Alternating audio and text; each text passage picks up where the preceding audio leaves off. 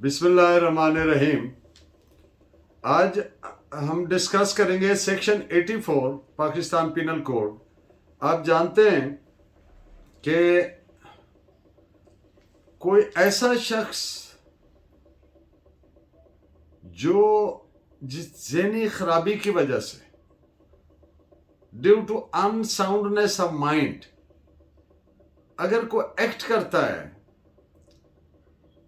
जो इलीगल है तो फिर उसको कानून प्रोटेक्ट करता है। सेक्शन 84 पीपीसी प्रोटेक्ट करता है क्रिमिनल कॉन्सिक्वेंसेस से।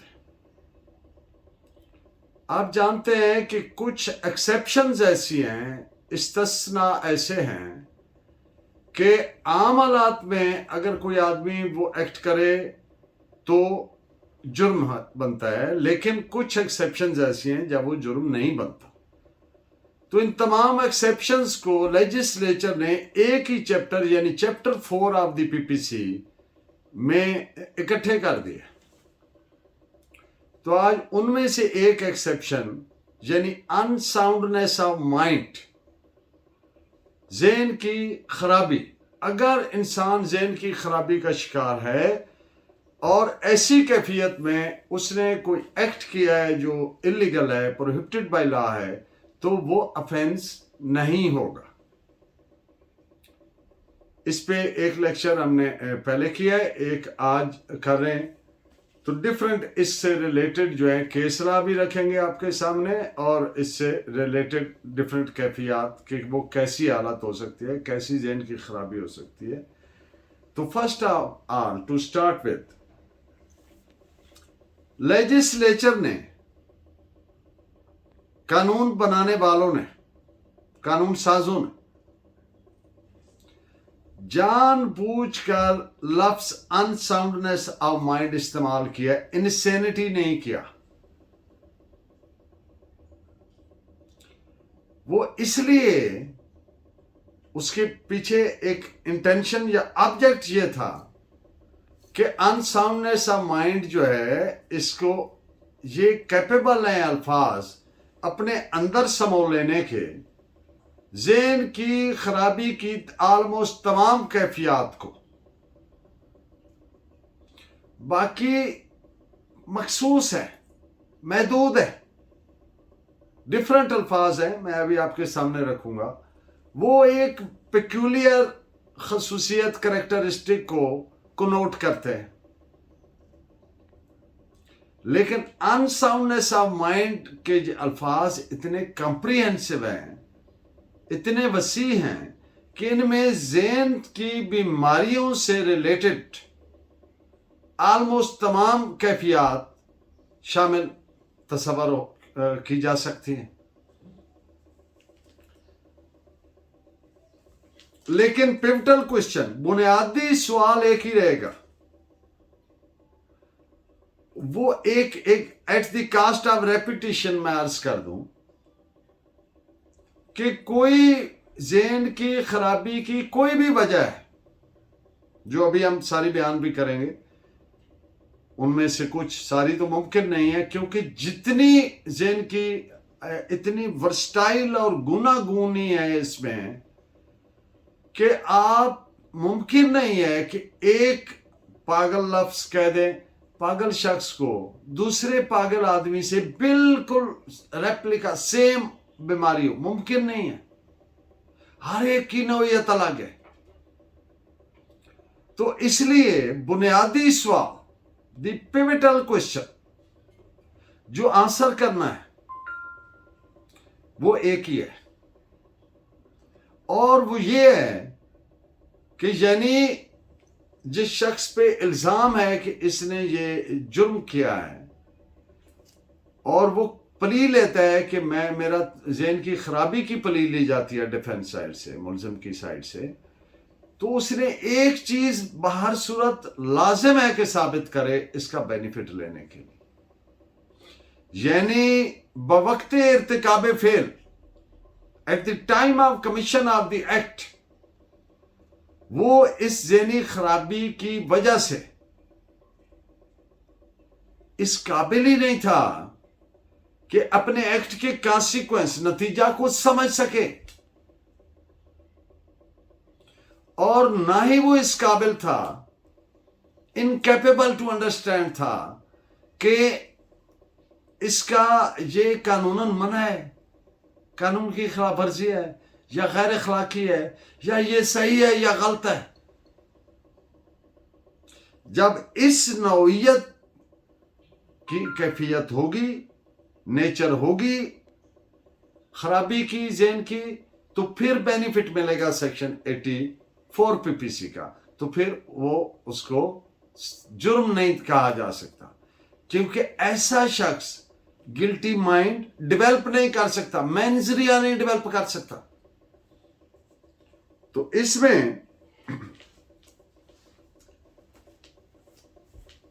कुछ चीजें लाजमन देखना पड़ेंगी अदालत को फैसला करते वक्त, जिनमें से इंतहाई नागजीर, हर सूरत लाजिम है देखना, वो जो है कि क्या ये जो नौइयत है बीमारी की, ये परमानेंट नौइयत की है, मुस्तकिलन उसकी कैफियत एक ही रहती है कि वो उसके अपने एक्ट के नतीजा को समझने के काबिल ही नहीं था। क्या ये मुस्तकिल नौइयत की है, या ये टेम्पोरेरी इन नेचर है, या ये कि ये विद इंटरवल्स है, कभी ठीक हो जाता है इंसान और कभी फिर उसको वक्फा पड़ता है और फिर वो वैसी कैफियत में आ जाते हैं।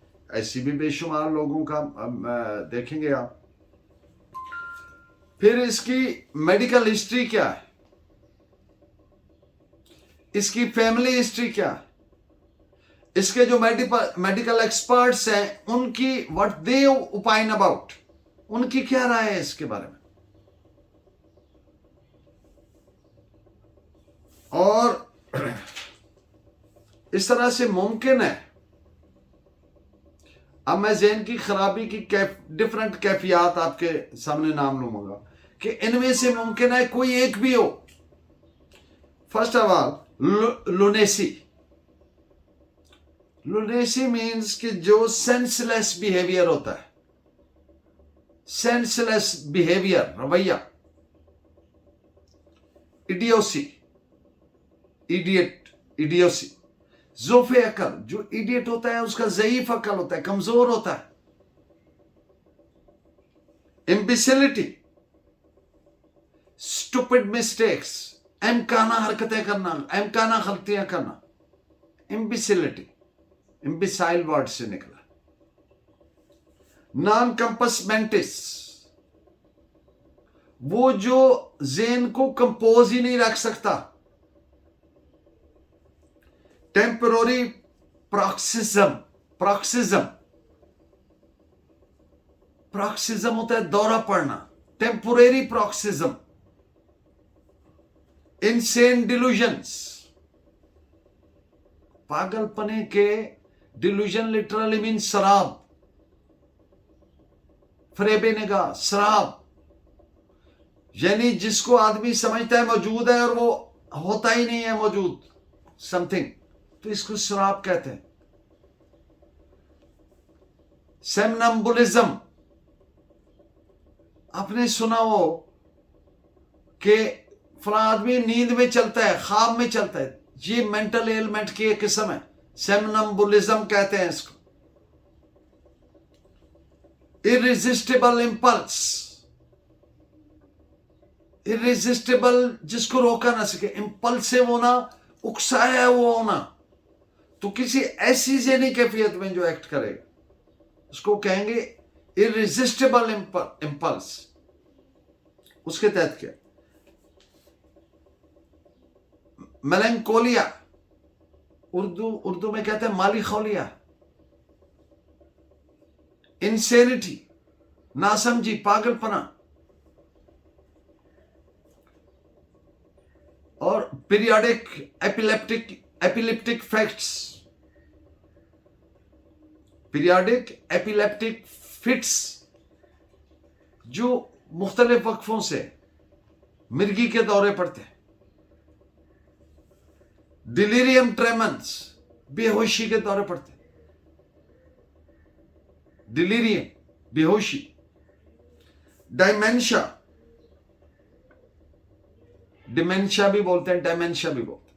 डिमेंशिया ज़हनी जो मेंटल ब्रेन फिकल्टीज या इंस्टिंक्चुअल वीकनेसेस, यानी ज़हनी जो जबिल्लतें हैं उनका इनतात या कमी, और ऑब्सेशन, किसी वहम का गलबा होना, को खब्त सवार हो जाना ज़हन पे। मैनिया, सौदाई कह लें इसको, करीब 3 वर्ड उर्दू में, ये तो सौदाई है, कोई सौदा, कोई खब्त सवार कर लेना। अमेंशा, भोलापन, साईं बोल देते हैं ऐसे लोग, ऐसे आदमियों को ज़हन वीक होता है, अमेंशा। और मार्बिडिटी, फसाद, ये जिसको कहते हैं वो मॉर्बिड डॉग, ये पागल कुत्ता है, उसमें कोई ऐसा वायरस या ऐसी प्रॉब्लम आ जाती है, क्या खब्त, क्या फसाद होता है उसके दिमाग में। और ग्रेंजर, लफ्जी मानी इसका होता है अजमत बड़ाई, लेकिन नेगेटिव सेंस में, जब ज़हन की बीमारी के सेंस में बात करेंगे तो फिर इसका मतलब मानी मफहूम होगा वो जो खब्त हो जाता है कि मैं कोई समथिंग बहुत अजीम शख्सियत हूं। तो इनमें से या इसके अलावा भी बेशुमार हो सकते हैं, लेकिन बिलखसूस ये आम कॉमन फेनोमेना, आम तौर पर इन्हीं में से कोई ना कोई बीमारी हो सकती है, कोई कैफियत इनकी जो मैंने नाम लिया आपके सामने, इनमें से हो सकती है। इनको एग्जामिन करना पड़ेगा, जांचना परखना पड़ेगा, और जब कोई मुल्जिम प्ली ले लेगा अनसाउंडनेस ऑफ माइंड की, या कहे मैं इनसेन था, इंसेनिटी की प्ली ले ले, तो जब भी कोई मुल्जिम स्पेसिफिक डिफेंस प्ली लेता है, चाहे वो इन एक्सेप्शंस की हो चाहे कोई और हो, तो फिर उस प्ली की हद तक उसका वारे सबूत फिर मुल्जिम पर होता है। इस पॉइंट पे आप जजमेंट नोट करें, 1968 Pakistan criminal law journal page 187 supreme court की जजमेंट है, SC लिख लें साहब। जब मुल्जिम ने इंसेनिटी की डिफेंस प्ली ले ली तो फिर ट्रायल कोर्ट पे लाजिम है कि वो सबसे पहले मुल्जिम को इलाज के लिए, ट्रीटमेंट के लिए प्रॉपर हॉस्पिटल को रेफर करे, और जब उसके इलाज हो चुकने के बाद जब उसकी रिकवरी हो जाए तो फिर उसको कोर्ट में समन करे, तलब करे, बुलाए कि टू फेस द ट्रायल। लेकिन अगर मुल्जिम ने डिफेंस प्ली ना ली, सो मच सो के जो बयान मुल्जमान होता है सेक्शन 342 CRPC के तहत, उसमें भी ये प्ली ना ली, तो फिर मुल्जिम अपील में ये प्ली ले सकता ही नहीं। तो इस पे जजमेंट नोट फरमाए सुप्रीम कोर्ट के 2005 SCMR पेज 272। जब प्रोसिक्यूशन एविडेंस या मटेरियल उसको प्राइमा फेशी यानी बादी बजायर बादी नजर में देखने से प्रोसिक्यूशन इस नतीजे पर पहुंची कि ये जो मुल्जिम है, इसने जब ये इर्तिकाबे फेल किया, ये एक्ट किया जब, तो इसकी ज़हनी कैफियत ठीक नहीं थी, पागल था। और अदालत भी मुल्जिम की इस कैफियत के दौरान ये एक्ट कमिट करने, इसकी बाबत, इस फैक्ट की बाबत कोर्ट भी काशिश थी। तो फिर कोर्ट ने यहां पर एक गलती की। वो गलती क्या थी? कोर्ट पर लाजिम था कि जब ऐसी सिचुएशन थी तो कोर्ट पे क्या लाजिम था कि वो प्रॉपर इंक्वायरी करवाती, इस फैक्ट की डिटर्मिनेशन के लिए, एसरटेनमेंट के लिए, तयक्कन तायन के लिए, क्योंकि ये बहुत अहम फैक्ट है। अगर ऐसा है तो फिर तो मुल्जिम का खिलाफ जुर्म ही नहीं बनता है। तो फिर उसको सजा काहे की, चे मानीदारत। तो कोर्ट पे फिर लाजिम था कि कोर्ट प्रॉपर इंक्वायरी करवाती इस एक फैक्ट को, और ये तय करने के लिए कि ये जब एक्ट हुआ तो उस वक्त क्या मुलजिम इस काबिल नहीं था, इनकैपेबल टू अंडरस्टैंड था the consequences of his act, as well as to the fact के ये कानूनन मना है, फॉरबिडन बाय लॉ है, या ये सही है या गलत है, ये समझने के काबिल ही नहीं था। तो ये था कोर्ट पे लाजिम, ये नहीं कि कोर्ट ऐसे नतीजे पे पहुंच के बैठी हो कि अब इसको सजा कितनी देनी चाहिए, फिर तो जुर्म ही नहीं हुआ, फिर तो एक्विटल का केस है। तो इस इन पॉइंट्स पे आप जजमेंट नोट फरमाएं। सुप्रीम कोर्ट का फैसला है कि 1994 SCMR पेज 1517, हलूसिनेशन, जब मुलजिम का हलूसिनेशन लिटरली मीन्स, लफ्ज़ी तौर पर इसका मतलब है फरेब ख्याल, सुराब। जब मुलजिम का दिमाग खराब नहीं है, यानी इंसेनिटी वाली या अनसाउंडनेस ऑफ माइंड की टर्म में फॉल नहीं कर रहा, हलूसिनेशन है। तो हलूसिनेशन तो एक इम्बैलेंसमेंट या अनबैलेंस्ड माइंड को कनोट करता है।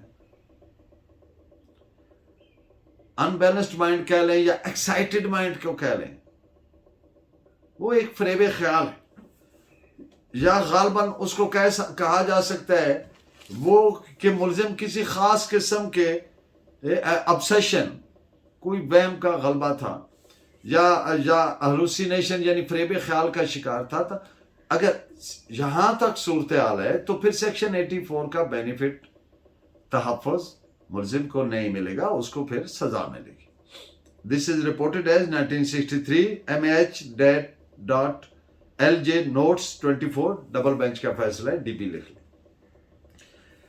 हलूसिनेशन, इस लफ्ज की जरा वजाहत हो जाए कि हलूसिनेशन दरअसल एक वो फॉल्स इंप्रेशन है, फॉल्स सेंस ऑफ इंप्रेशन है, जिसका शिकार शख्स वो सूंघता भी है, सुनता भी है, देखता भी है और महसूस भी करता है किसी ऐसी चीज या ऑब्जेक्ट को जो इनफैक्ट एग्जिस्ट ही नहीं करता, मौजूद ही नहीं है, वजूद ही नहीं रखता। ये होता है हेलुसिनेशन। तो इसकी बहुत जो सेलिएंट फॉर्म है, बहुत प्रोमिनेंट फॉर्म है, इसकी नुमाया शक्ल जो है वो दो सूरतों में होती है। एक डिल्यूजन्स ऑफ ग्रेंजर हो सकते हैं, या एक डिल्यूजन्स ऑफ परसिक्यूशन हो सकते हैं। ऐसे केसेस में चाहे डिल्यूजन्स ऑफ ग्रेंजर हो, चाहे वो तो अब अगर डिल्यूजन ऑफ ग्रेंजर है तो वो इंसान क्या करेगा उस तरह के केस में? वो बहुत ज्यादा ज़हनी अजियत का शिकार होगा। हम वो यानी अपने आप को बहुत बड़ा समझता है, हम बहुत अजीम थे, हम बहुत फलान थे, अपनी शान शौकत अजमत अबाओ अजदाद, तो वो भी एक ही एलिमेंट की किस्म है। और हलुसिनेशन ऑफ जो है वो दूसरी किस्म जो है परसिक्यूशन, उसमें इस तरह का खप्त हो जाता है इंसान के दिमाग में कि वो समझ मतलब भयानक किस्म के गुनाह, जहन्नम होगी, अजियत होगी, वो इस चीज का ऑब्सेशन होता है उसके माइंड में। हमारी नस्लें भयानक sinister moral and otherwise crimes उनका ज़हन में उसके होता है, और ये हमारा इरा जो है, ये दौर जो ऐसे चल रहा है तो ये जहन्नम में जाएगा, लाइक दैट। अब एक केस आया कोर्ट में, उसके फैक्ट्स इंतहाई मुख्तसरन इस तरह से थे कि एक आदमी ने जो हालुसिनेशन और परसिक्यूशन का शिकार था, उसने अपनी बीवी और बच्चे को कत्ल कर दिया बजायर बगैर किसी वजह के, और अपने आप पे अटेम्प्ट किया अपने आप को मारने के लिए, लोगों ने पकड़ लिया। अब वो क्या, उसका ज़हन में क्या प्रॉब्लम था कि वो समझता था कि हम जहन्नम में जाएंगे, हम गुनाह की जिंदगी में रह रहे। परसिक्यूशन का उसके ज़हन पे हेलुसिनेशन हो गया। तो देन कोर्ट हेल्ड, करार दिया अदालत ने कि ये सेक्शन 84 का तहफ़्फ़ुज़ इसका बनता है, क्योंकि जिस स्टेट ऑफ माइंड में इसने एक्ट किया है वो जुर्म नहीं बनते। He was incapable to understand the consequences of his act, the right or wrongs about the act, क्या वो सही कर रहा है या गलत कर रहा है,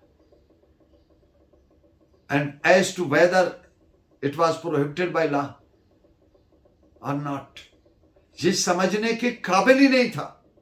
इसलिए उसको बेनिफिट दिया गया सेक्शन 84 पीपीसी का, जिसकी हम बात कर रहे हैं।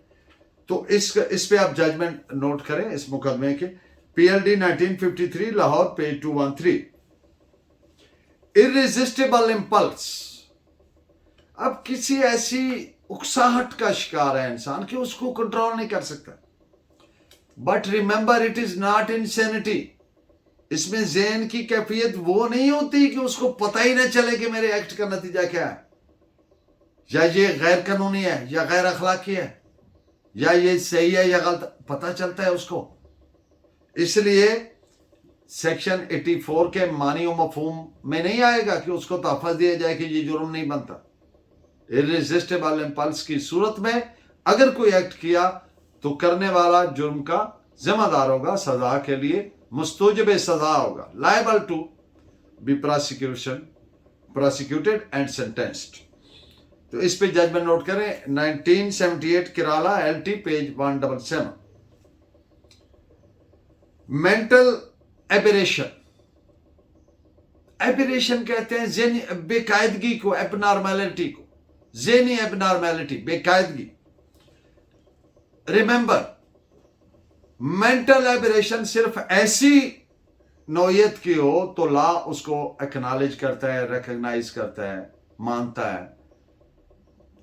जो इस नौयत की हो कि इंसान उस कैफियत पे चला जाए कि उसको पता ही ना चले अपने एक्ट के नतीजा का, या ये कि वो सही है या गलत है, या गैर अखलाकी या गैर कानूनी है या नहीं है, तो फिर उसको ऐसी मेंटल एबरेशन का सूरत में सेक्शन 84 पीपीसी का बेनिफिट मिलेगा। This is reported as 1995 MLD 667। And in the end of today's lecture बात करेंगे पार्शियल मेंटल डिरेंजमेंट और डिल्यूजन। डिरेंजमेंट लिटरली मीन्स, लफ्जी मानी है इसका धर्म भरम होना। पार्शियल मेंटल डिरेंजमेंट और डिल्यूजन यानी जुज़वन,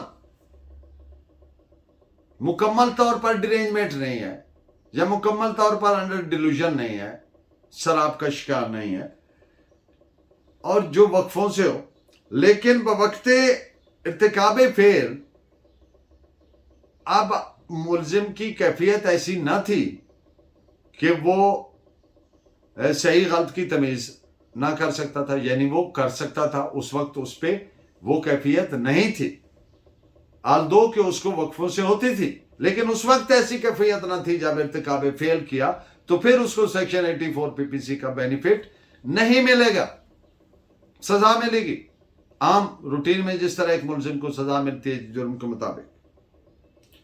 तो इसमें फिर आप जजमेंट नोट करें, AIR 1932 इलाहाबाद, पेज 233। इंसेनिटी की डिफेंस प्ली के लिए ये काफी नहीं होगा कि पिछले साबका हिस्ट्री दे दें, मेडिकल हिस्ट्री, कि ये देखें ये इतने अरसा से ये तो बीमार है, ये इसकी फाइल है, ये इलाज करवाता रहे। तो सेक्शन 84 का बेनिफिट लेने के लिए इट वुड नॉट सफाइस, ये काफी नहीं होगा। ये प्रूव करना at the cost of repetition, मैं कह रहा हूं, ये प्रूव करना लाजिम होगा कि जब ये एक्ट किया मुलजिम ने, उस वक्त उसकी कैफियत ये थी कि वो सही गलत की तमीज के काबिल ना था, ये समझने के काबिल नहीं था कि ये जुर्म है या नहीं है, यानी अपने एक्ट के नतीजा को समझने के काबिल ना था। इस पे आप जजमेंट नोट फरमाएं, 1993 criminal law journal, page 3450। Thank you very much, keep watching and guiding. Allah ने के बाद।